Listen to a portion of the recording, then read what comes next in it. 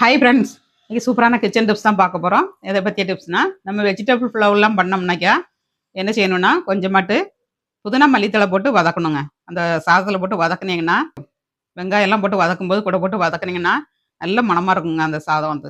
Try பண்ணி பாருங்கள். அந்த மாதிரி நம்ம எந்த வெஜிடபிள் போட்டாலும் சரி, கொஞ்சமாக புதினா தழையும் மல்லித்தழையும் போட்டு அதில் வதக்குனீங்கன்னா அந்த டேஸ்ட் வந்து நமக்கு கொடுத்துருவோங்க.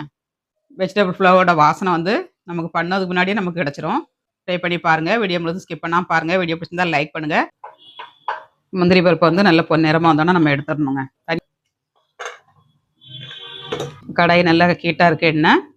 இதில் ஒரு நட்சத்திரப்பூ, 2 துண்டு பட்டை, ஒரு 3 லவங்கம், 2 ஏலக்காய், ஒரு பிரிஞ்சி இலை, 1/2 ஸ்பூன் சோம்புங்க.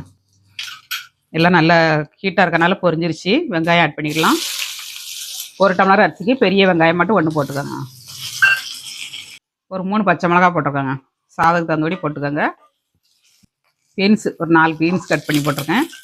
ஒரு கேரட்டுங்க, மீடியம் சைஸில் ஒரு கேரட்டு போட்டிருக்கேன். அப்புறமா ஃப்ரெஷ்ஷான பட்டாணிங்க. இது கூட நீங்கள் காலிஃப்ளவர் வேணாலும் போட்டுக்கலாம். ஒரு உருளைக்கிழங்கு தண்ணியில் போட்டு வச்சுருக்கணுங்க. கருத்து போகும், தோலை சீவி நம்ம அப்படியே வச்சுருந்தோம்னா கருத்து போகும். அதனால் தண்ணியில் போட்டு வச்சுக்கோங்க. இப்போ கொஞ்சமாக புதினா தழைங்க, அப்புறமா கொஞ்சமாக மல்லித்தழை. இதையும் இந்த காயோடு போட்டு வதக்கிட்டேன்னா நல்ல பச்சை வாடை போயிடும்.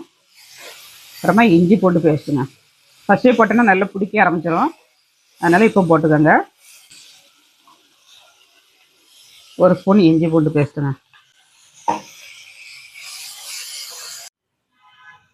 2 நிமிஷம் ஆயிடுச்சு. நம்ம சாதத்தை ஓப்பன் பண்ணி பார்க்கலாம். வா, எவ்வளோ சூப்பராக கிடச்சிருக்கு பாருங்க. முந்திரி பருப்பும் மல்லித்தலையும் தூக்கிடலாம். இப்படியே மல்லித்தலை தூவி இப்படியே முந்திரி பருப்பையும் தூவி சாப்பிட்டோம்னா அவ்வளோ ஒரு டேஸ்ட்டாக இருக்கும். எம்மி எம்மி ஃப்ளவர் ரெடிங்க. ஃப்ளவர் வந்து அப்படியே கிண்டி கொடுத்துக்கலாங்க. நம்மளுக்கு கொஞ்சம் கூட அடி பிடிக்காமல் சூப்பராக கிடச்சிருக்குங்க. தண்ணியும் கரெக்டாக இருக்குது. எம்மி எம்மி சாதம் ரெடிங்க.